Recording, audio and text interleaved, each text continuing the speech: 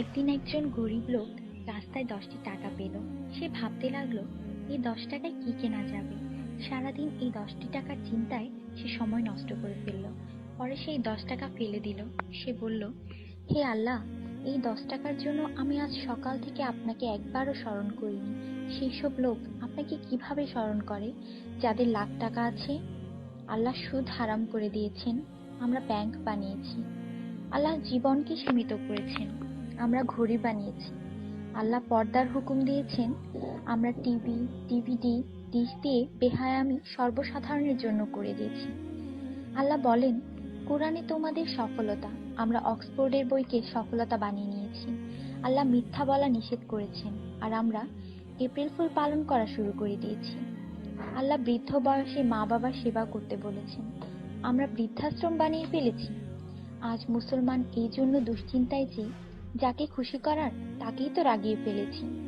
দয়া করে সবাইকে ফরওয়ার্ড করুন, কারণ নেকির দাওয়াত দেওয়ায় নেকিকারীর সমান সওয়াব পাওয়া যায়।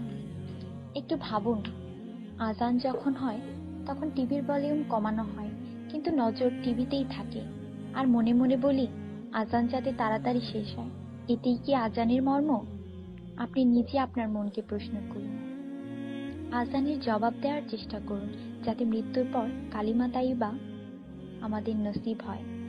অনুরোধ, এই মেসেজটি সবার কাছে পৌঁছে দিন। বন্ধুরা, আমাদের দাওয়াতে যদি কেউ না আসে, আমরা রাগান্বিত হই। আল্লাহর পক্ষ থেকে আমাদের জন্য প্রতিদিন 5 বার দাওয়াত আসে, আর আমরা নামাজ পড়ি না। তাতে কি আল্লাহ আমাদের উপর রাগান্বিত হন না? এটি শুধু মেসেজ না, বাস্তবতা। দয়া করে নামাজ আদায় করুন এবং অন্যকে উৎসাহিত করুন। যিনি এই মেসেজ পড়েন তাদের উপর আল্লাহ আরো রহমত দিন, এবং যিনি এই মেসেজ ফরওয়ার্ড করেন তার ভালো ইচ্ছা আল্লাহ পূরণ করুন এবং হিদায়াত করুন। নামাজের চিন্তা করুন, ব্যালেন্সের না। আজান শুনে উঠুন রিংটোনের মতো। কোরআন মনোযোগ দিয়ে পড়ুন SMS পড়বার মতো। জীবন সবসময় থাকবে না নেটওয়ার্কের মতো। নামাজ ত্যাগ করা মানে আল্লাহকে রাগান্বিত করা। ফজর 6 মিনিট, জোহর 15 মিনিট, আসর 8 মিনিট, মাগরিব 10 মিনিট, এশা 18 মিনিট, মোট 57 মিনিট। 80% লোক এই মেসেজ ফরওয়ার্ড করে না। দয়া করে আপনি করুন। আল্লাহ সবার মঙ্গল করুন। আমিন।